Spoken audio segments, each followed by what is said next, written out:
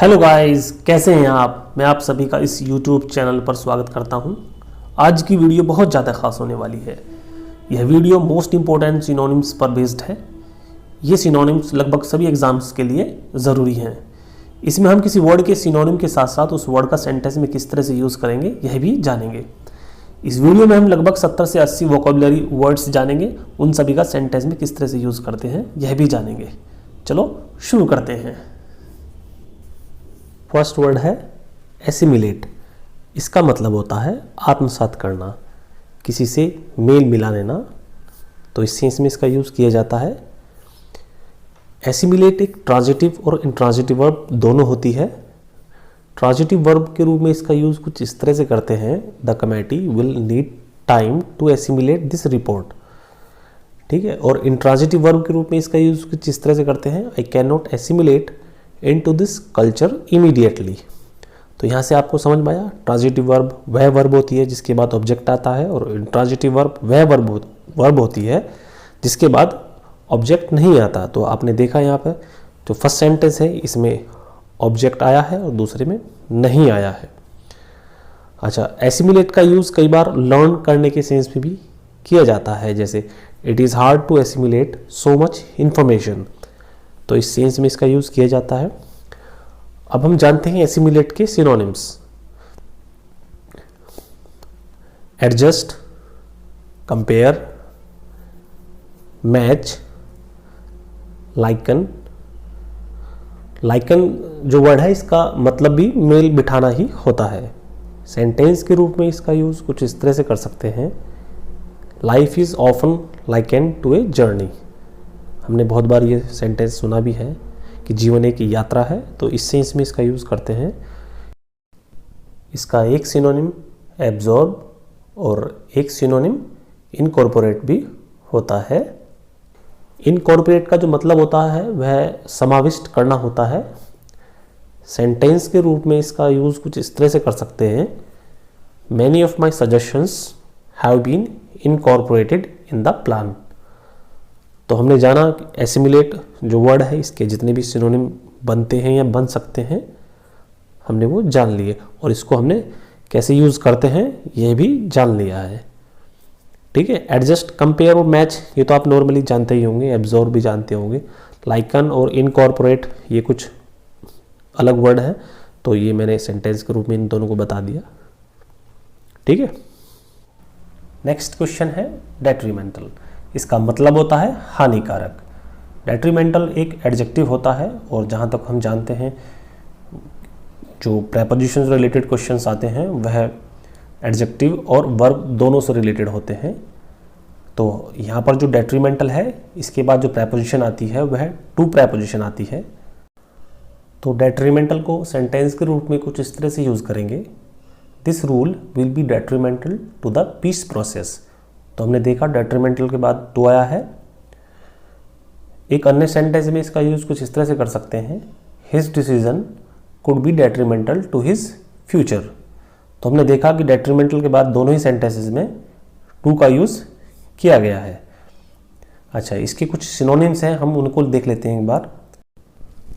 Harmful इसका एक synonym होता है, बैड। डैमेजिंग भी इसका सिनोनिम होता है, रॉन्ग, इविल, डिसएडवांटेजियस, बेनफुल और इंजूरियस भी इसका एक सिनोनिम होता है। इंजूरियस के बाद टू का यूज़ करते हैं, जैसे injurious to somebody, injurious to something, detrimental की तरह ही। और जो ये बेनफुल है इसका यूज़ कुछ इस तरह से करते हैं, बेनफुल इफेक्ट ऑफ द स्टॉर्म, यानी कि जो स्टॉर्म है उसका विनाशकारी प्रभाव। तो इस सेंस में हम बेनफुल का यूज़ करते हैं। तो इसमें हमने डेट्रीमेंटल का मतलब जाना और इसके जितने सिनोनिम्स होते हैं वो जाने और उनके यूजेस भी जाने। नेक्स्ट वर्ड है प्लेथोरा। इसका मतलब होता है प्रचुर या आवश्यकता से अधिक। सेंटेंस के रूप में इसका यूज़ कुछ इस तरह से करेंगे, the plethora of regulations is both contradictory and confusing। इसके जो सिनोनिम्स होंगे वो कुछ इस प्रकार से होंगे: abundance, excess, plenty, adequate, sufficient, lavish, exuberant, bounteous and glut. इस तरह से इसके कुछ सिनोनिम्स होंगे। अबेंडेंस का जो यूज़ है वो है कुछ इस तरह से करेंगे: there was an abundance of food at the wedding. तो इस सेंस में हम अबेंडेंस का यूज़ कर सकते हैं। We have food in abundance, इस तरह से भी हम अबेंडेंस का यूज़ कर सकते हैं। एक्सेस भी इसका एक सिनोनिम्स होता है। इसका यूज़ कुछ इस तरह से करेंगे: in an excess of enthusiasm I agreed to work late. तो इस तरह से हम एक्सेस का यूज़ कर सकते हैं। इसका एक्सेस का मतलब भी अधिकता के सेंस में होता है। एडुकेट का यूज़ कुछ इस तरह से करेंगे: we have adequate food for 10 guests. Adequate का मतलब भी पर्याप्त रूप में, कोई चीज़ पर्याप्त हो, उस सेंस में इसका यूज़ किया जाता है। एक्सुबरेंट भी इस तरह से यूज़ करते हैं, जैसे एक्सुबरेंट पर्सनैलिटी या एक्सुबरेंट इमेजिनेशन, उस सेंस में इसका यूज़ करते हैं। ग्लट जो इसका सिनोनिम है, इसका यूज़ कुछ इस तरह से करेंगे: ए ग्लट ऑफ चीप वीडियोज़। इस तरह से हम ग्लट का यूज़ कर सकते हैं। तो बेसिकली हमें पता चला प्लेथोरा का जो मीनिंग है वह क्या होता है और इसके कौन कौन से सिनोनिम्स हो सकते हैं, और इसका हमने सेंटेंस में इसका किस तरह यूज़ कर सकते हैं वो भी जान लिया है। ग्लट का सेंस किसी चीज़ की भरमार होने की स्थिति में हम कहते हैं, जैसे कोई चीज़ बहुत आयात हो, मात्रा में बहुत ज़्यादा हो, तो उस सेंस में हम ग्लट का यूज़ करते हैं। ठीक है। नेक्स्ट वर्ड है पार्सिमोनियस।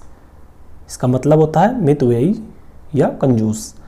सेंटेंस के रूप में इसका यूज़ कुछ इस तरह से करेंगे: my friend is parsimonious by nature. जहाँ तक इसके सिनोनिम्स की बात है वे इस प्रकार हैं: फ्रूगल, फ्रूगल का मतलब वही कम खर्चीला व्यक्ति, यानी कि बहुत सोच समझकर जो खर्च करता हो। इकोनॉमिकल भी कुछ कुछ ऐसा ही है, कम खर्चीला। माइजरली वही कंजूस के सेंस में, और स्कैंटी भी कुछ कुछ इसी तरह से यूज़ किया जाता है।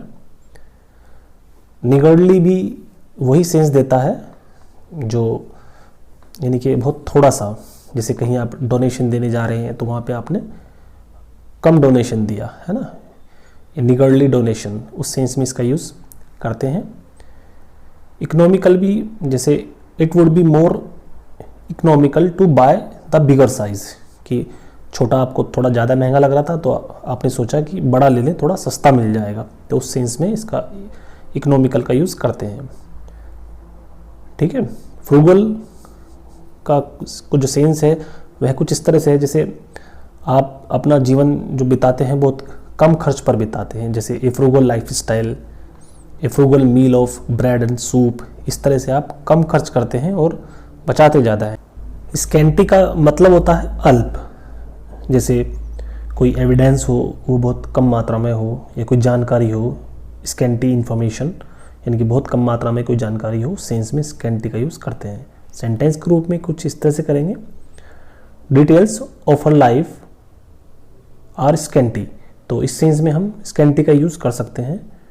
और मीगर का शब्द जो मतलब होता है वह भी इसी तरह से होता है, कम के सेंस में इसका यूज़ किया जाता है, जैसे किसी की डाइट हो, है ना, उस सेंस में, या किसी की इनकम हो, मीगर इनकम, उस सेंस में हम इसका यूज़ करते हैं। नेक्स्ट वर्ड है सबएटाज। इसका मतलब होता है तोड़ फोड़ करना, कहीं पर चुपके से तोड़ फोड़ करना, इस सेंस में सबएटाज का यूज़ करते हैं। सेंटेंस के रूप में इसे कुछ इस तरह से लिखेंगे: the main electricity supply had been sabotaged by the thief. तो हमने जाना किस तरह से सेंटेंस के रूप में लिखेंगे। इकोनॉमी सबएटाज, मिलिट्री सबएटाज, इंडस्ट्रियल सबएटाज, इस रूप में इसका यूज़ किया जाता है। जहाँ तक इसके सिनोनिम्स की बात है, डिस्ट्रॉय इसका एक सिनोनिम होता है, डैमेज भी इसका सिनोनिम होता है, डिसरप्ट भी इसका एक सिनोनिम होता है, मार भी इसका एक सिनोनिम होता है, क्रिपल भी इसका एक सिनोनिम होता है, अंडरमाइन भी इसका एक सिनोनिम होता है, वेंडलाइज भी इसका एक सिनोनिम होता है और थॉट भी इसका एक सिनोनिम होता है। क्रिपल का मतलब होता है किसी को अपाहिज करना, उस सेंस में क्रिपल का यूज करते हैं। जैसे she was crippled by polio as a child. तो हमने देखा क्रिपल को हम किस तरह से यूज करते हैं। क्रिपल्ड विद अर्थराइटिस भी इस तरह से भी यूज करते हैं। मार जो इसका एक सिनोनिम है, इसका मतलब होता है किसी चीज को बिगाड़ देना।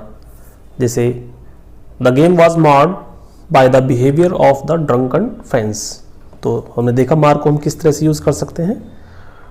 डिसरप्ट का मतलब होता है बाधित करना। सेंटेंस के रूप में इसे कुछ इस तरह से लिखेंगे, bus services will be disrupted tomorrow because of the bridge closure. एक इसका सिनोनिम होता है थॉट।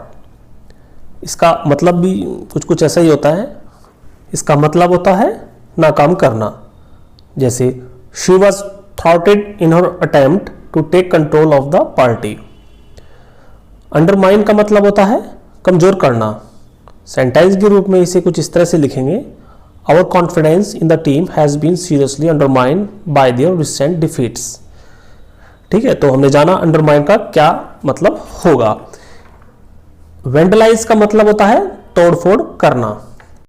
सेंटेंस के रूप में इसे कुछ इस तरह से लिखेंगे, when I got back my car had been vandalised. तो हमने जाना वेंडलाइज का मतलब और इसका यूज किस तरह से करेंगे। नेक्स्ट वर्ड है एनहेंस। इसका मतलब होता है बढ़ाना। जैसे कोई वैल्यू बढ़ानी हो, कोई क्वालिटी बढ़ानी हो, किसी का स्टेटस बढ़ाना हो, तो उस सेंस में हम एनहेंस का यूज करते हैं। सेंटेंस के रूप में इसे कुछ इस तरह से लिखेंगे, this is an opportunity to enhance the reputation of the company. इसके सिनोनिम्स कुछ इस प्रकार हैं, रेज, एक्सपेंड, स्ट्रेंथन, स्वेल। ये कुछ इसके सिनोनिम्स हैं। स्वेल का मतलब भी बढ़ाना के सेंस में लिया जाता है। जैसे last year's profits were swelled by fall in production costs. तो इस सेंस में हम स्वेल का सेंस बढ़ाने के लिए करते हैं। रेज का जो सेंस है वह भी बढ़ाना होता है, लेकिन किसी की सैलरी या कीमत या टैक्सेस बढ़ाने में हम रेज का यूज करते हैं। जैसे they raised their offer to 5,000 rupees.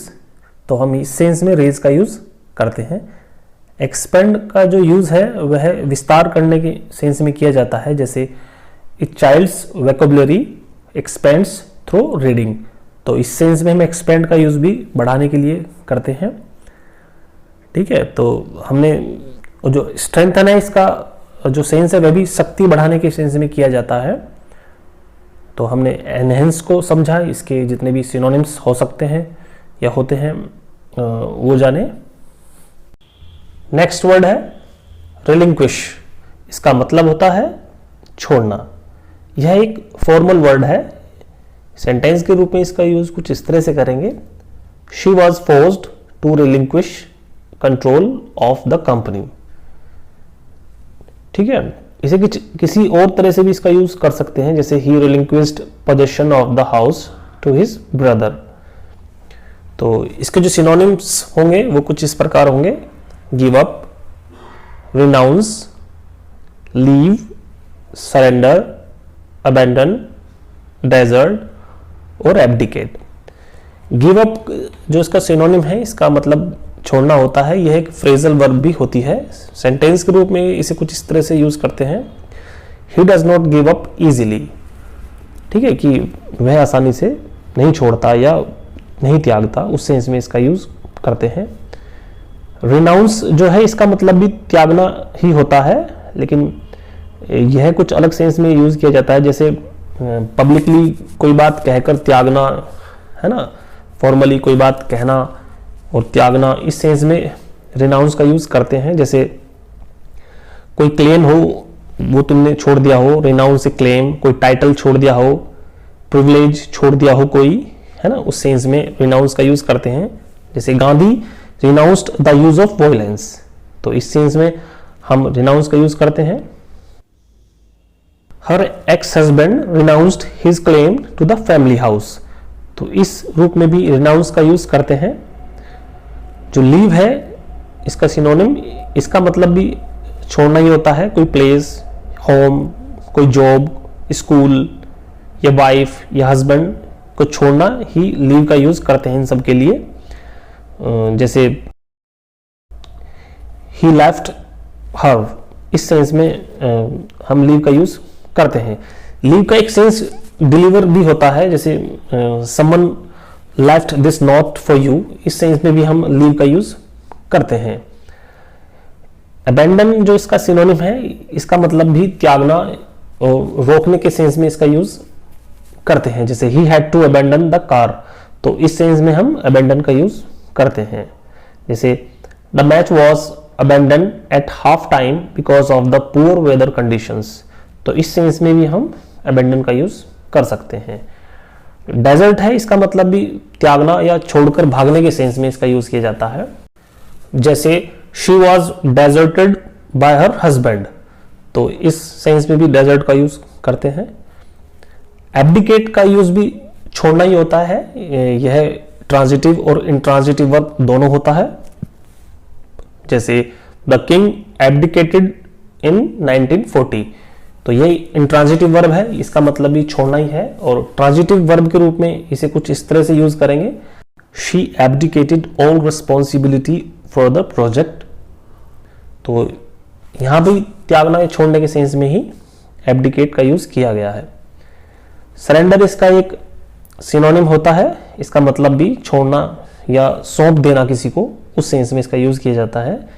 जैसे they surrendered their guns to the police, तो हमने जाना रिलिंक्विश का मतलब क्या होता है, इसका यूज कैसा होता है और इसके कितने, इसके जो सिनोनिम्स होते हैं उनके बारे में जाना, उनका यूजेस जाना हमने। नेक्स्ट वर्ड है गैरिश, इसका मतलब होता है भड़कीला। इसे कुछ इस तरह से यूज करते हैं, गैरिश क्लॉथ्स या गैरिश कलर्स, इस तरह से इसका यूज किया जाता है। जहां तक इसकी सिनोनिम्स की बात है तो गौड़ी इसका एक सिनोनिम है, एक ओस्टेंटेशियस इसका सिनोनिम होता है, पॉम्पस भी इसका एक सिनोनिम होता है, ब्राइट भी इसका सिनोनिम होता है, ग्लेयरिंग भी इसका एक सिनोनिम होता है, शोई भी इसका एक सिनोनिम होता है, डेजलिंग भी इसका एक सिनोनिम होता है। गौड़ी को कुछ इस तरह से यूज करते हैं, गौड़ी क्लॉथ्स या गौड़ी कलर्स, इस तरह से इसका यूज किया जाता है। ऑस्टेंटेशियस जो है इसका भी सेंस दिखावटी या भड़कीले के सेंस में ही किया जाता है। जैसे ऑस्टेंटेशियस गेस्चर या ऑस्टेंटेशियस मैनर, इस तरह से इसका यूज किया जाता है। जैसे they criticise the ostentatious lifestyle of their leaders, तो इस तरह से ऑस्टेंटेशियस का यूज करते हैं।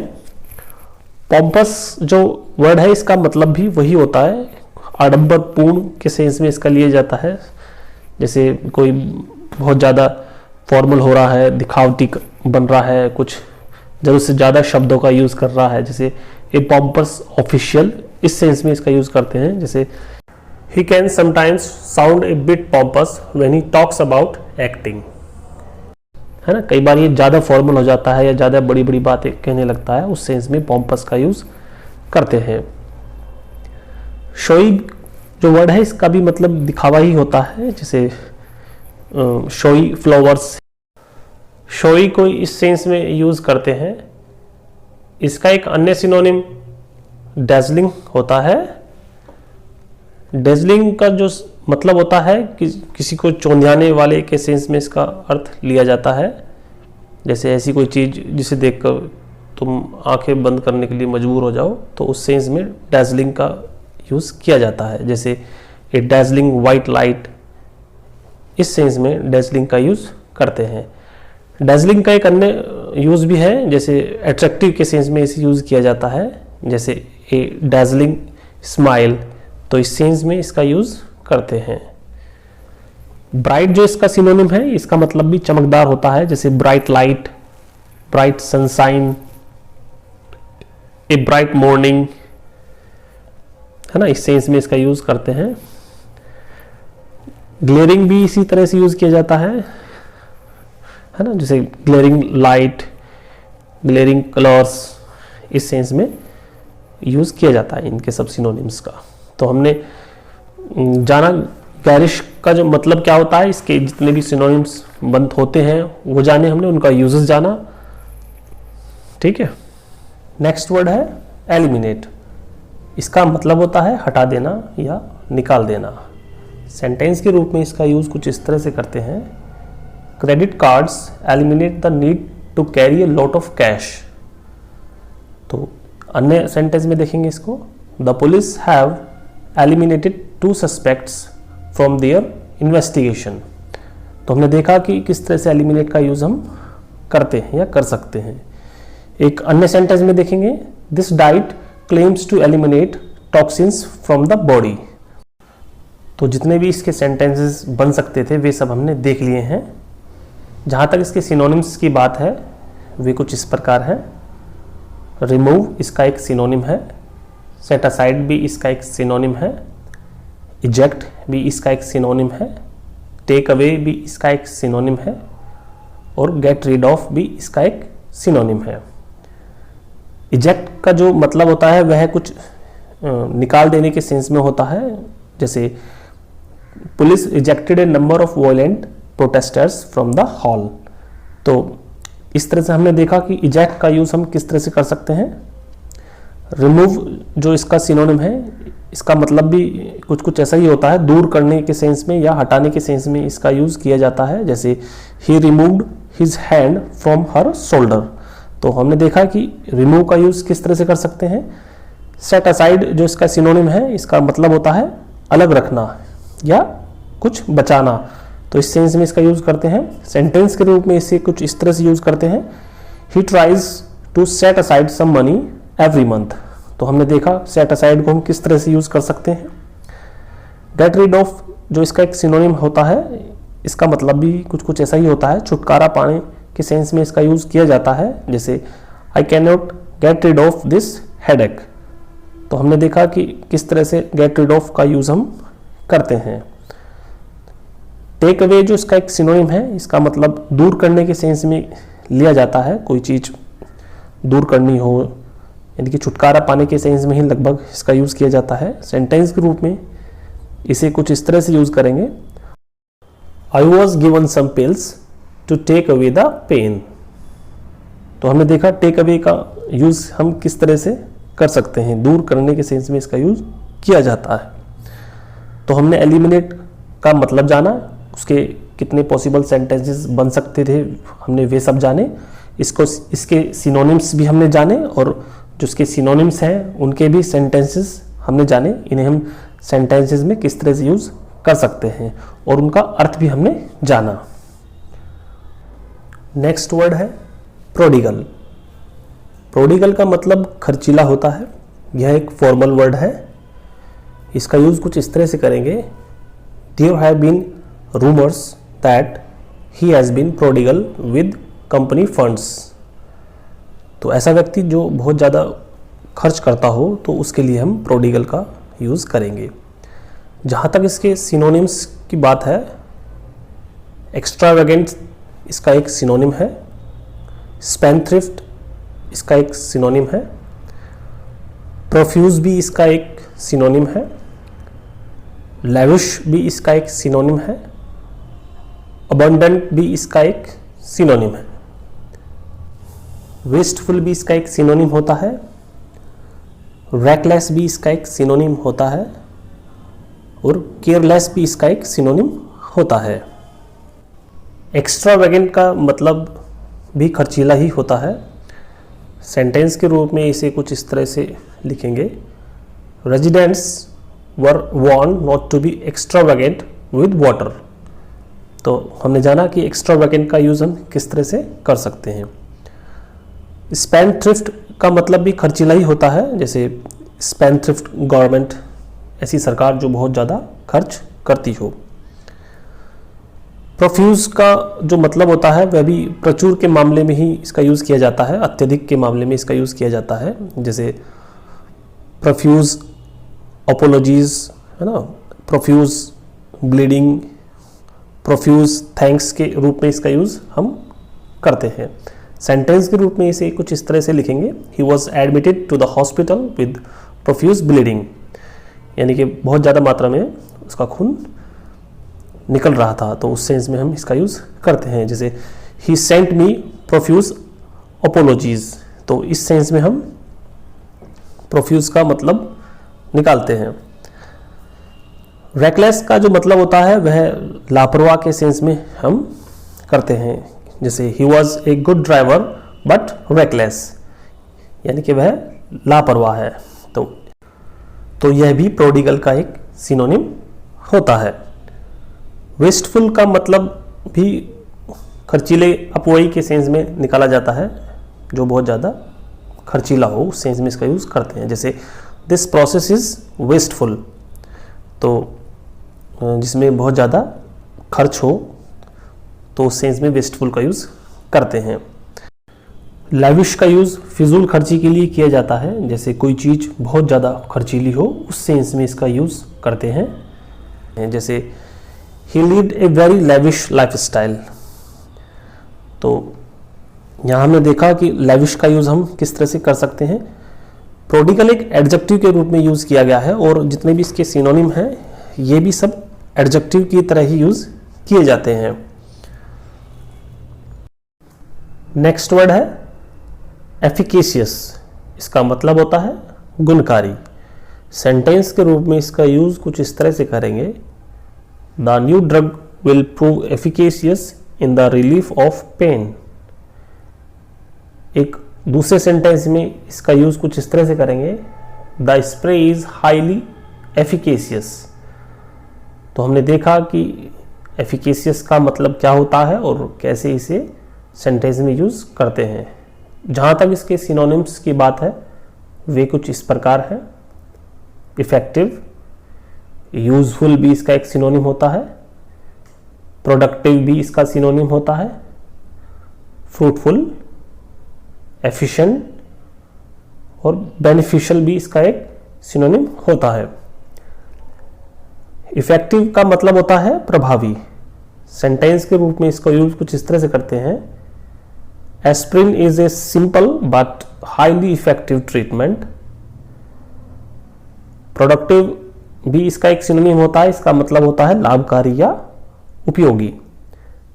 सेंटेंस के रूप में इसका यूज कुछ इस तरह से करेंगे, my time spent in the library was very productive. तो हमने देखा कि किस तरह से प्रोडक्टिव का यूज करते हैं। फ्रूटफुल का मतलब होता है लाभदायक, ए फ्रूटफुल डिस्कशन, है ना, तो इस तरह से इसका यूज करते हैं। एफिशिएंट का मतलब होता है कुशल।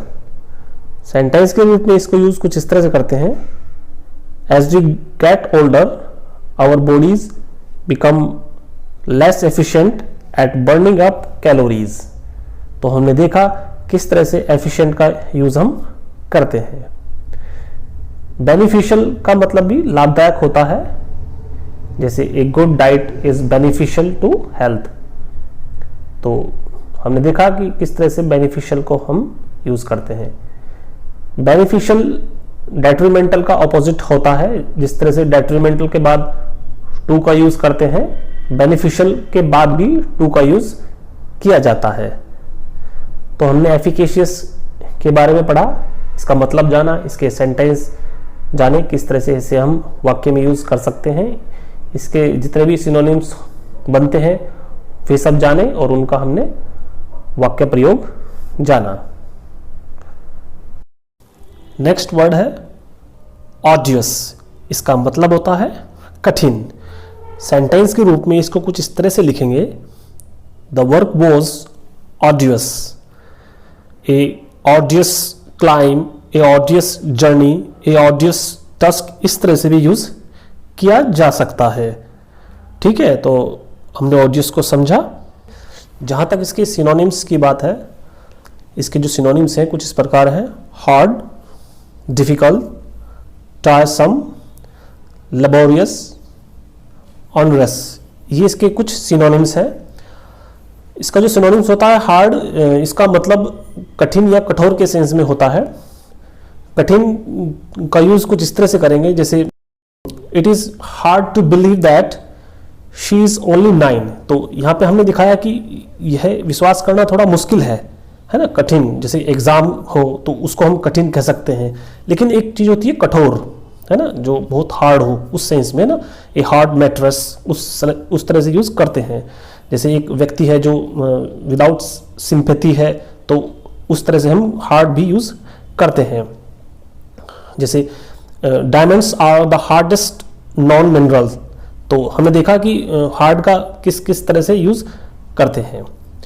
इसका जो सिनोनिम होता है डिफिकल्ट, इसका मतलब होता है मुश्किल, है ना, नॉट इजी, है ना। जैसे कोई प्रॉब्लम हो, ए डिफिकल्ट प्रॉब्लम, है ना, कोई काम हो, ए डिफिकल्ट टास्क, है ना, एग्जाम पेपर हो, है ना, तो उस तरह से हम ए डिफिकल्ट एग्जाम, इस तरह से हम यूज करते हैं। पोजीशन भी कोई डिफिकल्ट हो सकती है, जैसे a difficult position, a difficult situation, इस तरह से हम डिफिकल्ट का यूज करते हैं। लाइफ भी डिफिकल्ट होती है ना, कई बार लाइफ के लिए भी हम डिफिकल्ट का यूज करते हैं। टायरसम जो इसका सिनोनिम है, इसका मतलब होता है कोई ऐसा काम जो थकाने वाला हो, जिसमें बहुत ज़्यादा काम करना पड़ रहा हो, तो उस सेंस में हम टायरसम का यूज करते हैं। जैसे I find it very टायरसम doing the same job day after day, है ना। इसमें आर साइलेंट रहता है, आर का हम प्रोनाउंसिएशन नहीं करते हैं, ठीक है। तो इस तरह से हम टायरसम का यूज करते हैं। Buying a house can be a very टायरसम business, तो इस तरह से हम टायरसम का यूज करते हैं।